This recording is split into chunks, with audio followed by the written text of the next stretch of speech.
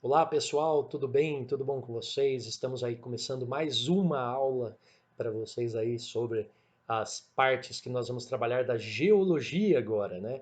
Vamos ter uma aula de geologia básica, uma aula que nós vamos introduzir a geologia para vocês, algumas formas básicas de geologia, e espero que eu tire todas as dúvidas de vocês, trabalhando sobre correntes de convecções, os movimentos que nós vamos estar desenvolvendo dentro delas, os três movimentos principais das placas tectônicas, né, movimento convergente, divergente, também o movimento paralelo ou transformante, né? Nós vamos estar trabalhando as placas tectônicas, mostrando também. Enfim, espero que vocês aproveitem essa aula. Bora lá então? Então, vamos nessa, pessoal. Um abraço e vamos começar. Bem, pessoal, vamos começar essa aula de geologia agora. Nós vamos estar trabalhando a parte de estrutura da Terra e as placas tectônicas, correspondente à aula 20 e 21. Vamos nessa? Começando aí, pessoal, a estrutura da Terra e as placas tectônicas, o que nós temos aí de importante para destacar para vocês? Olha só que bacana aqui, ó. Eu separei uma imagem bem legal, que dá para trabalhar bastante essa parte. As camadas da Terra, segundo o comportamento físico da estrutura das rochas. Então, assim, o que isso quer dizer? O que é esse comportamento físico de estrutura das rochas? Nós temos aí a formação das rochas da Terra. Quais são as origens da rocha, da onde que elas vêm, como que elas funcionam. Então, toda vez que nós falarmos litosfera, a litosfera é essa camada mais externa, essa marronzinha mais escura aqui, tá vendo?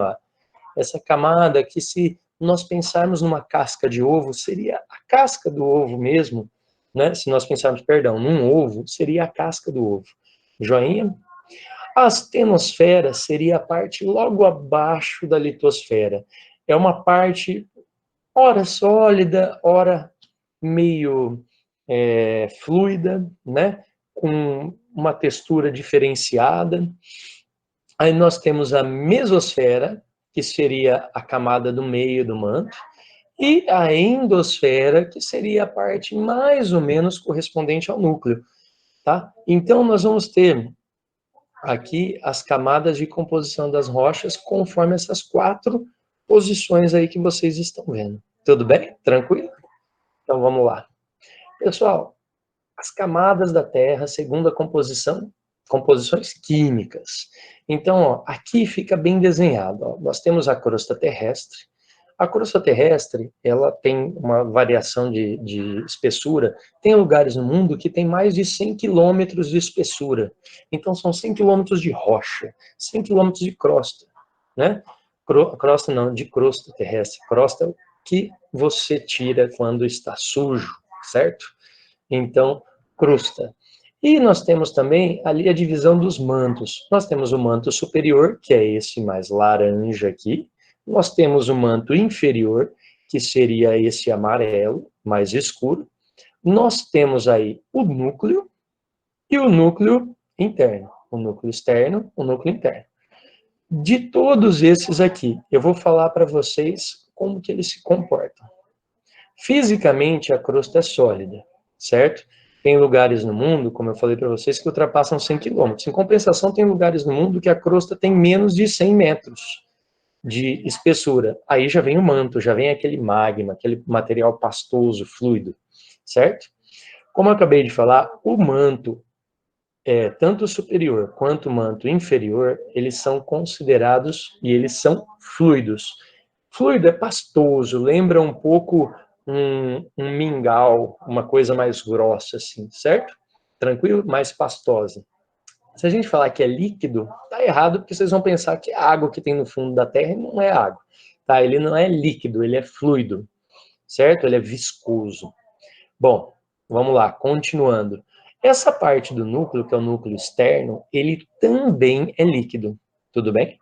O núcleo externo, ele é fluido. Eu falei líquido, me perdoe, ele é fluido, joia? E dentro dessa fluidez que nós temos aqui, nós temos a parte interna do núcleo que é sólida. É bem interessante. Por quê? Aqui é sólido, nessa partezinha do meio mais clara, aqui é fluido. Mas ambos, eles têm uma composição aproximada de 75% de ferro e 25% de níquel. Então, é praticamente metal puro que nós temos aqui. Praticamente um metal puro nessa região. E já no manto, nós temos várias correntes de convecções, que nós vamos ver daqui a pouco num desenho, que são correntes que elas ficam fazendo esse movimento aqui, ó. Elas ficam fazendo essa troca aqui, né? E nessas correntes, elas vão ficar intercalando minerais, certo? Eu vou dar o destaque aqui para vocês, ó. Os movimentos do continente. Então, lembra que eu falei na aula anterior sobre eras geológicas? Então, 225 milhões de anos é o início da era Mesozoica, lembra disso? 225 milhões de anos, olha o que nós tínhamos aqui, ó, a Pangeia. Depois foi passando o tempo, com 200 milhões de anos, nós tivemos o surgimento da Laurásia e da Gondwana, que seria essa fissão, essa divisão entre os continentes. Depois, no período Jurássico, nós já temos uma composição um pouco diferenciada aqui dos continentes. Repare, já começa a dar para ver um pouco o formato dos mesmos, certo? Daí nós vamos ter o Cretáceo, com 65 milhões de anos atrás, olha como que estava o planeta. Não existia ainda, por exemplo, aqui, ó, a América Central, repara. Nessa região nós não temos a América Central. E, ó, eu vou chamar a atenção de vocês para essa partinha laranja aqui, que eu acho linda. Olha de onde ela sai.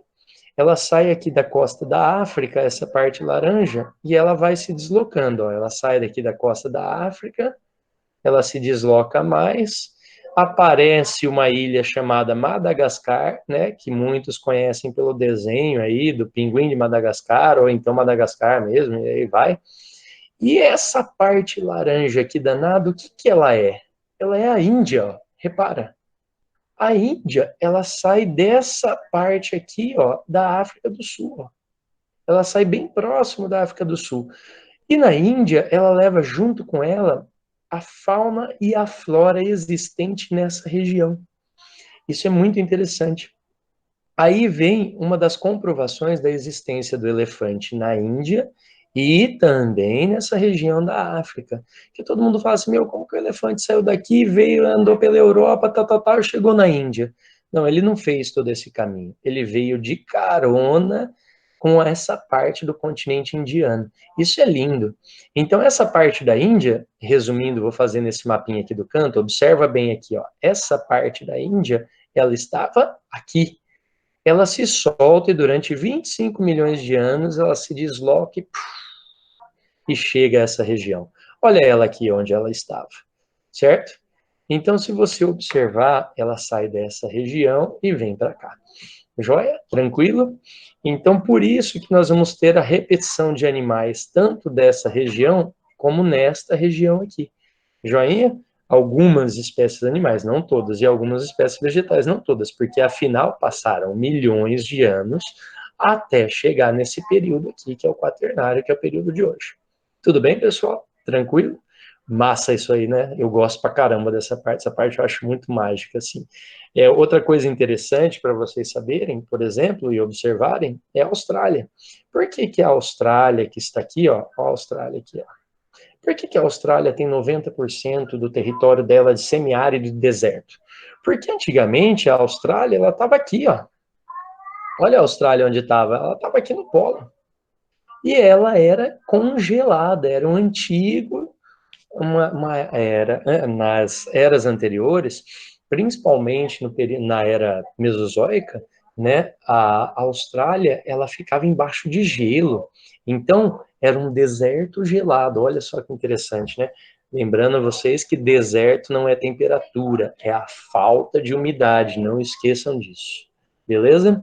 Vamos lá, então. Continuando. Pessoal, corrente de convecção. Mamãe do céu. O que são essas correntes de convecção? Olha aqui, ó. Os movimentos das placas litosféricas ocorrem devido às correntes de convecção, que acontecem na astenosfera, que é aquela segunda camadinha que nós vimos no mapa lá atrás. Essas correntes levam os materiais mais quentes para cima, perto da base da litosfera. Então, ela vai fazer aquele ciclozinho que eu comentei com vocês. Nós temos aqui, ó, corrente, eu vou pôr para vocês agora um mapinha, que é a corrente de convecção, mais os 3 tipos de movimentos da crosta terrestre. Vamos lá? Vamos começar por esse primeiro mapinha aqui, ó, no canto superior esquerdo. Vamos falar como geógrafo, né? A noroeste, aí da tela de vocês. Corrente de convecção. Então, movimentação das placas. As placas estão se movimentando, repare nas setinhas aqui, ó. As placas, a placa é essa parte mais escura. Ela vem se movimentando daqui, da direita para a esquerda. Confere? Repara como que é a corrente de convecção aqui dentro. Olha a corrente de convecção. Faz com que ela se movimente para esse lado.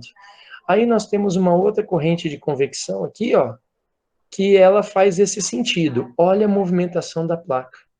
Então, graças à corrente de convecção, nós podemos dizer que nós temos terremotos, nós temos vulcões, nós temos maremotos. No caso do Japão, nós temos tsunami, tá certo? No caso do Japão. Mas depois a gente estuda isso aí e explica isso aí bonitão, tá certo?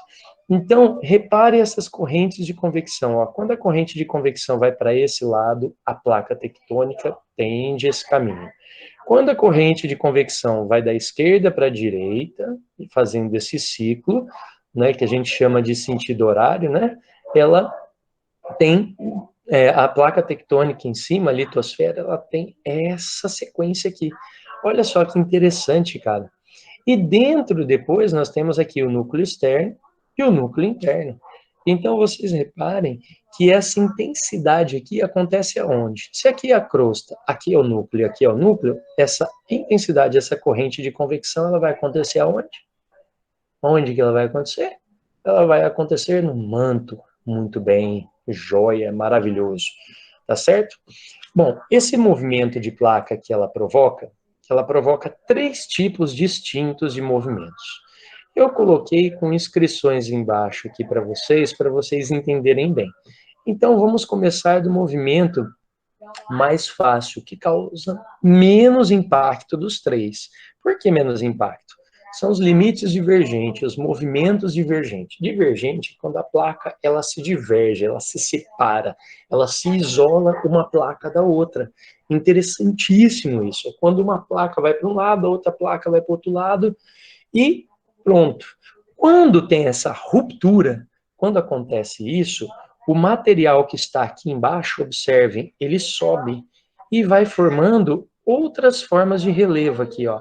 Aqui houve uma ruptura antigamente, aqui também, e essa aqui é mais uma ruptura, certo? Aonde acontece isso aqui, pessoal? Em que lugar do mundo isso acontece? Vocês têm alguma ideia? Isso aqui acontece, movimento divergente, entre a placa sul-americana e a placa africana. Nós estamos nos separando da África. Oscila entre 1 centímetro a 2 centímetros por ano. Uma média de 1,5 centímetro por ano, nós estamos ficando cada vez mais longe da África, certo? Ela vai nesse movimento de separação, de divergir. Joinha? Nós temos esse outro aqui, ó, limites convergentes. O que são os limites convergentes? Repare aqui, são quando 2 placas vão convergir, quando 2 placas vão se chocar. Aqui tem terremoto, aqui pode ter erupções vulcânicas, aqui pode ter formações de montanhas. É bem interessante. Um exemplo desse aqui, bem fiel, que nós temos próximo da gente, seria a placa sul-americana lá no Chile e a placa de Nazca. Uma se choca com a outra. A placa de Nazca, ela é uma placa mais velha, ela é uma placa mais pesada. E aí, por este fato, o que acontece? Ela está indo para o fundo. Se ela é mais pesada, ela é mais velha, ela vai para o fundo. E a placa sul-americana, ela vai por cima, por ser uma placa mais leve e também um pouco mais nova. O que nós temos de resultado? Vulcões, além de vulcões, terremotos e maremotos na região. Joia? Tranquilo? Então, nós temos isso na placa sul-americana. Aí você fala, e o Brasil? Onde se enquadra nessa? O Brasil está no meio. O Brasil não está lá no meio do Oceano Atlântico, na divisa entre a África e a América do Sul, e o Brasil não está lá no Chile. nós estamos no meio do caminho, então nós não somos afetados por essa formação geológica, graças a Deus. Tudo bem? Tranquilo? E por último, a menina dos olhos dos geólogos, e é uma que eu gosto muito, que eu curto bastante essa aqui. Eu gosto demais dessa aqui. Os limites transformantes. O que são os limites transformantes? A gente também chama os transformantes de paralelos, porque eles são placas tectônicas paralelas umas às outras, com deslizamento oposto. Então, enquanto uma sobe, a outra desce, certo? Nós temos esse exemplo clássico que é a falha de San Andreas, ou falha de Santo André, falha de San Andreas, né, nos Estados Unidos. Essa falha de San Andreas, nos Estados Unidos, ela inicialmente achava que ela ficava só no sul dos Estados Unidos, ali próximo a São Francisco, San Diego, ali na região da Califórnia, Vale do Silício, etc. Mas só que descobriram que essa falha, ela tem uma ligação com o lado norte do litoral ali dos Estados Unidos. Como assim o lado norte do litoral dos Estados Unidos? Vamos lá, vamos pensar no mapinha dos Estados Unidos, você vai pegar a noroeste, né, onde tem o Oceano Atlântico de um lado, você vai para o lado do Oceano Pacífico, você vai para o lado oposto. A parte sul do Oceano Pacífico é onde tem a falha de San Andreas, Vale do Silício, São Francisco, San Diego, e aí vai toda aquela região. Joia? Tranquilo? Se você pegar o litoral do Pacífico e subir sentido o norte, e ir para o norte, certo? Na divisa próximo ao Canadá, bem próximo do Canadá, nós vamos ter o Parque de Yellowstone. O que é Yellowstone? É Pedra Amarela a tradução, né? É um parque que você tem grandes erupções vulcânicas, teve grandes erupções vulcânicas e ele, inclusive, é um grande vulcão, certo?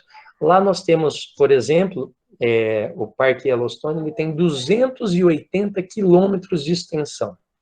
Todos esses 280 quilômetros de extensão é dentro da cratera de um vulcão. É dentro da boca do vulcão, do Yellowstone, que é um mega vulcão. Todo mundo julgava que esse vulcão estava extinto, todo mundo julgava que esse vulcão estava aniquilado, parou, morreu, né? Não funciona mais, está tudo tranquilo. Mas, na verdade verdadeira, não foi bem isso. O Yellowstone ele começou a mostrar atividades. Algumas décadas para trás, nós tivemos a erupção do Monte Santa Helena. Por que Monte Santa Helena e não Vulcão Santa Helena, né? Porque o Monte Santa Helena, ele é uma chaminé, ele é uma válvula de escape do Yellowstone. E a área de destruição dessa chaminé, dessa válvula de escape do Yellowstone, foi de mais de 400 quilômetros de extensão. Então, para um vulcão que estava extinto, entre aspas, né, até que está com uma movimentação boa. E essa região é uma região considerada de alta intensidade de movimentações de placas tectônicas, né? É a região das montanhas rochosas, né? É a região da formação das rochosas. Importante.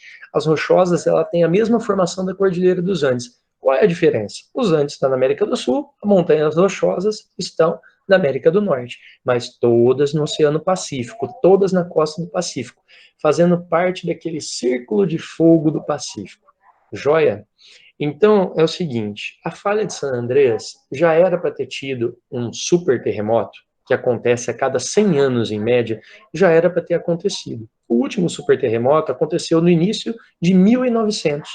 Para vocês terem uma ideia, destruiu 96% da cidade de Los Angeles, certo? A cidade ficou acabada, ficou arrasada.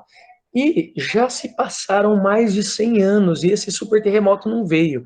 Então, os geólogos estão preocupados porque dentro desse movimento transformante, as placas tectônicas estão acumulando energia. E cada dia que passa, elas acumulam mais energia e vai ter uma hora que elas vão erupcionar. Tem regiões da falha de San Andreas que você só tem uma camada de 400 metros de rocha. Passou esses 400 metros de rocha, você já tem o magma. Então, o magma está muito próximo da superfície. E isso aí pode dar catástrofes.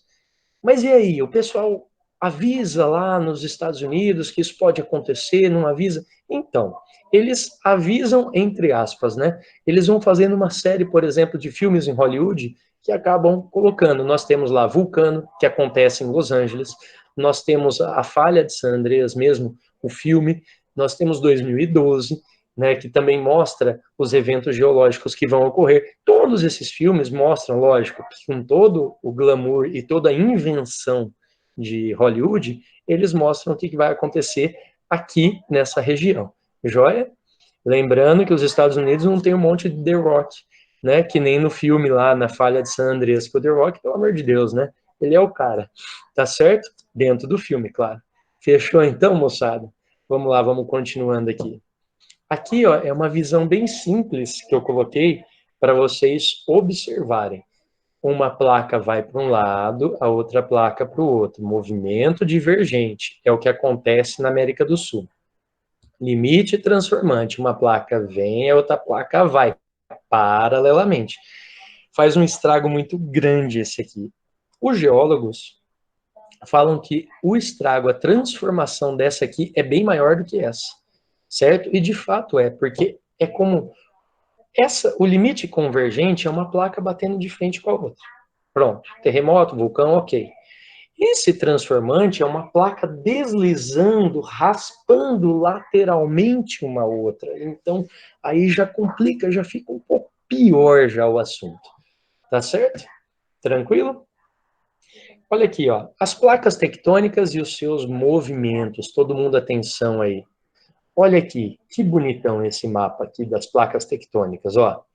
Uma placa tectônica aqui, a placa africana, ó, ela vem para esse lado, tá vendo aqui a setinha?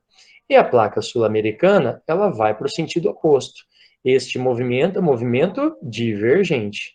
Olha o movimento convergente. Placa de Nazca vem e se choca. A placa sul-americana não está vindo para esse lado aqui? Então toda essa placa está vindo para cá. Ela acaba se chocando. Movimento convergente. Quando uma placa afunda com a outra, também podemos falar de movimento de subducção, né? O que seria subducção? Seria isso aqui, ó, esse movimento, ó, uma placa desce e a outra desliza por cima. Subducção, sendo colocada para baixo. Joinha? Tranquilo? Então vamos lá, voltando aqui. E, pessoal, nós temos aqui também, aqui a Falha de San Andrés, fica nessa região dos Estados Unidos. Essa parte aqui é interessante. Por que que ela é interessante? Reparem, eles não colocaram aqui as setinhas, só para não atrapalhar aqui o mapa. Então, eu vou tirar a ponteira daqui de cima para vocês verem, mas é nessa região aqui, ó, a Falha de San Andrés, ela vem tudo aqui, ó. É tudo isso aqui é a falha. Estima-se que essa parte aqui do território da América do Norte vai se soltar e vai virar como se fosse uma ilha, seguindo o sentido norte. Ela vai nesse sentido aqui, ó, para o norte, tá certo? Enquanto o território aqui está indo para o sul. E para ajudar na região aqui do Yellowstone, nós temos o choque convergente da placa do Pacífico com a placa norte-americana. Olha só que bacana. Eu quero chamar a atenção para vocês aqui, ó, principais vulcões, principais locais de terremotos na Terra, então. Observem a concentração de vulcões e terremotos aqui, ó, nesse caminho que eu estou fazendo para vocês, ó. Esse caminho que eu estou fazendo para vocês aqui, ó, é o Círculo de Fogo do Pacífico. O que é o Círculo de Fogo do Pacífico? Repara, vamos lá. Pega esse contorno, mais esse contorno aqui, no Oceano Pacífico, em cima da placa do Pacífico, nós vamos ter, então, o quê? O Círculo de Fogo do Pacífico. Você fala assim, ah, tá, professor, mas por que você está falando tanto do Círculo de Fogo do Pacífico? O que essa região tem de tão importante? Então, moçada, ela concentra cerca de 2/3. 2/3. Então, de cada 3, 2 terremotos. E de cada 3, 2 vulcões do mundo estão nessa região do Círculo de Fogo do Pacífico. É uma região de intensa atividade vulcânica e também de terremoto. Joia? Nós vamos ter uma aula mais específica mais para frente para falar disso aí. Fechou então, pessoal? Tudo tranquilo? Até aqui, eu queria desejar para vocês um bom descanso, bons estudos. Muito obrigado pela atenção, um ótimo trabalho. Como sempre, uma aula maravilhosa, como sempre, uma aula deliciosa, na presença de vocês. Muito obrigado, obrigado pelas perguntas, pelos questionamentos. Podem deixar também as perguntas aqui. Continue acompanhando a gente no nosso canal aí e vamos estar trabalhando sempre todos juntos. Muito obrigado, adoro vocês, adoro a pergunta de vocês. Um grande abraço, fiquem com Deus, que Deus proteja todos nós e que tudo isso passe o quanto antes. Muito obrigado, moçada. Um abraço com a camisa do mito para vocês, Rogério Ceni, a camisa da despedida do líder do São Paulo. Então, um abraço, fiquem com Deus. Até mais, moçada. Tchau, tchau. Fiquem com Deus. Até, tchau, tchau.